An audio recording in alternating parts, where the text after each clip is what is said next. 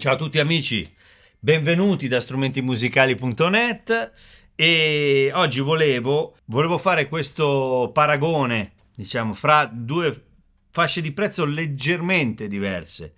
Leggermente per modo di dire, perché comunque 100 euro sono sempre 100 euro, quindi voglio dire, ormai siamo abituati, no, a pensare vale la pena di spendere qualcosa in più per avere uno strumento che abbia così delle caratteristiche migliori. Ecco, volevo un attimo, ho messo questi due in campo perché da una parte abbiamo il suono Yamaha, cioè un suono che piace particolarmente, diciamo, nell'ambito degli strumenti musicali pianistici e cose del genere, dall'altra parte Casio che offre molto a prezzi ridotti e che insomma ormai da anni fa parte, no, degli strumenti più apprezzati, no? Allora, le differenze sono sonore, quelle le sentite anche voi, dovete dirmi anche voi come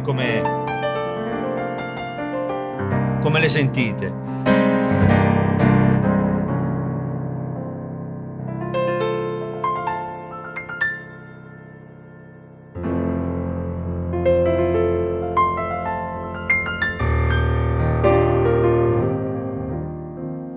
Allora, faccio una cosa, apro una parentesi che riguarda la stereofonia. Questo è meno aperto a livello di spettro stereofonico, questa è molto aperta, nel senso che abbiamo i bassi proprio qui e gli acuti qui, mentre qui abbiamo una cosa un po' più... Abbiamo in generale una cosa un po' più centrale, dobbiamo proprio andare in fondo per sentire la larghezza.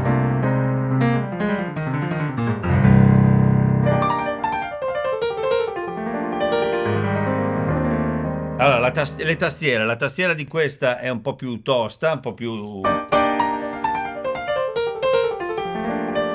Bisogna suonare un po' più forte. Questa è più leggera. Questa ha anche questo effetto un po' legno, avorio, insomma, non so come si definisce, comunque un po' porosa e molto bella, devo dire. Risponde molto bene, molto velocemente, ma da quel punto di vista dipende un po' anche da che cosa volete fare. Questa è più da suonare, questa per studiare secondo me non è male. La sento bella, è un po' più... Allora, il suono poi lo vedremo, nel senso che io poi ho registrato quella cosa, ci suonerò sopra degli strumenti veri per metterlo in un contesto, vediamo anche come suonano. Io so che Yamaha, per quanto magari così da soli possano sembrare questo più largo, più aperto, da questa parte magari un po' più strettino, ma in realtà poi Yamaha ha sempre una forza pazzesca da quel punto di vista. Quindi da quel punto di vista lì è una questione di gusti. Ho detto punto di vista 6 volte. È una questione di gusti. I piani elettrici, avete sentito nell'introduzione, si equivalgono, nel senso che non c'è molta differenza. I pro di questa sono uscita left e right, un pochino più di opportunità, di scelte che riguardano il reverbero, gli ambienti, queste cose qui. Questa è un po' più striminzita da quel punto di vista, ma le cose sono simili, gli strumenti sono quelli, si possono fare più o meno le stesse cose. Non abbiamo controlli, qui abbiamo controlli a sfioramento, questa parte sopra di design molto più bella da vedere, nel senso che sicuramente questo strumento qui, di qualunque colore voi lo scegliate, ha un, come dire, un look, se vogliamo dire così, più bello, no?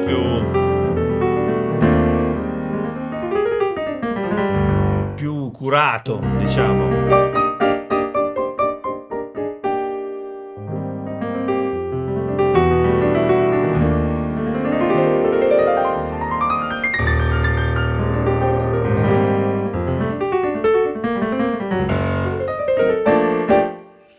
Devo dire che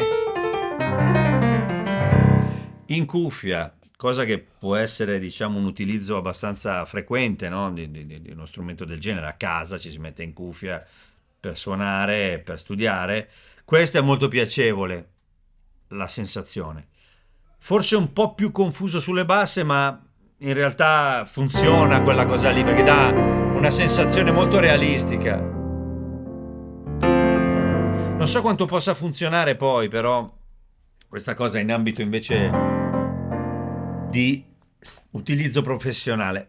Mi spiego meglio, io poi faccio sempre questo discorso, no? Cerco sempre di trovare anche, come dire, una collocazione professionale a questi strumenti, nel senso, posso andarci a suonare con uno strumento del genere? Ecco, secondo me sì, in entrambi i casi. Conoscendo Yamaha e sentendo il suono così, per mia personale esperienza, nonostante possa sembrare qualitativamente più basso il livello di dettaglio e di anche larghezza del suono in questo caso, questa secondo me funziona meglio, è meno carica di basse, ha più media.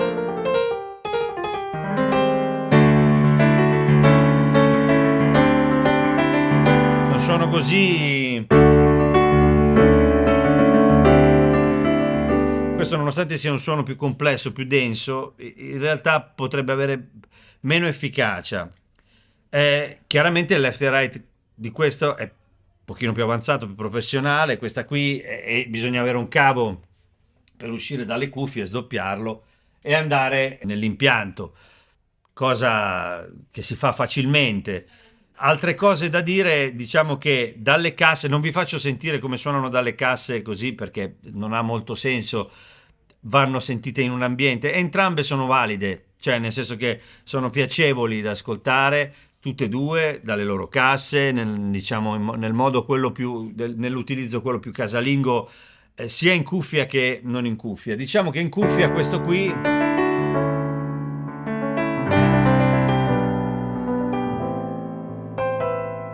abitua di più, secondo me, a quello che è il suono digitale. Non perché non sia realistico, ma perché il suono che potreste usare, che voi siate giovani o non giovani, cioè da qui si parte per ragionare, secondo me, in termini professionali. Un domani, questo è quello che suonerete in una band, non so come dire. Questo invece è più pianistico il mondo di questa qua, più classico.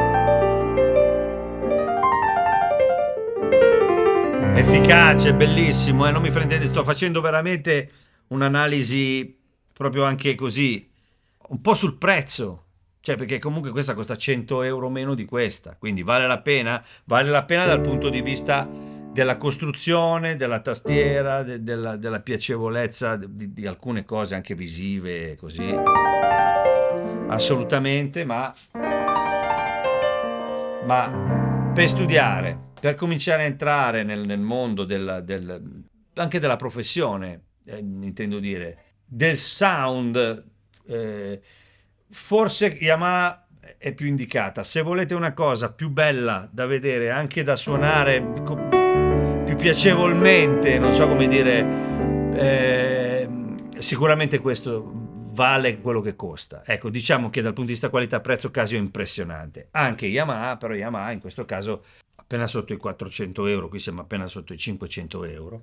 Però insomma le differenze ci sono, anche, ripeto, nella costruzione visiva e tutto il resto. Io ve lo suono ancora un po'.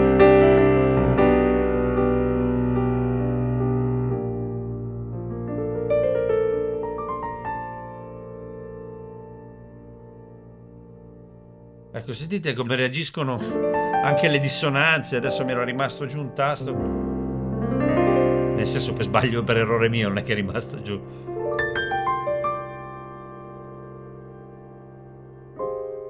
C'è una certa complessità.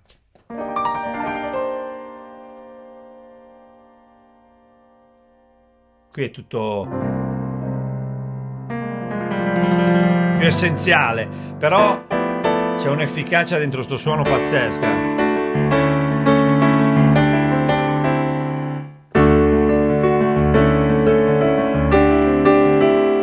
Qui c'è più range dinamico, qui ci si ferma un po', qui si va più avanti. Insomma, il livello generale è più alto da certi punti di vista. qui ci sono dei limiti e qui non ci sono, diciamo, però nello stesso tempo, ripeto, questa tastiera fa le mani forti, però nello stesso tempo bisogna stare attenti a non esagerare nello studio perché è un po' tosta, bisogna stare attenti. Questa è più morbida, magari agevola un po' la gioventù, non lo so, sono molto indeciso. Personalmente, se dovessi scegliere per poi pensare di doverci magari anche andare a suonare, se capita l'occasione, la serata, il muletto pianistico, prenderei questa. Se invece dovessi mettere una cosa a casa dove suonare, questo ha un suono un po' più complesso, anche dalle casse si sentono l'ambiente, queste cose, però questo è più essenziale, 100 euro di differenza, ditemi voi anche cosa ne pensate.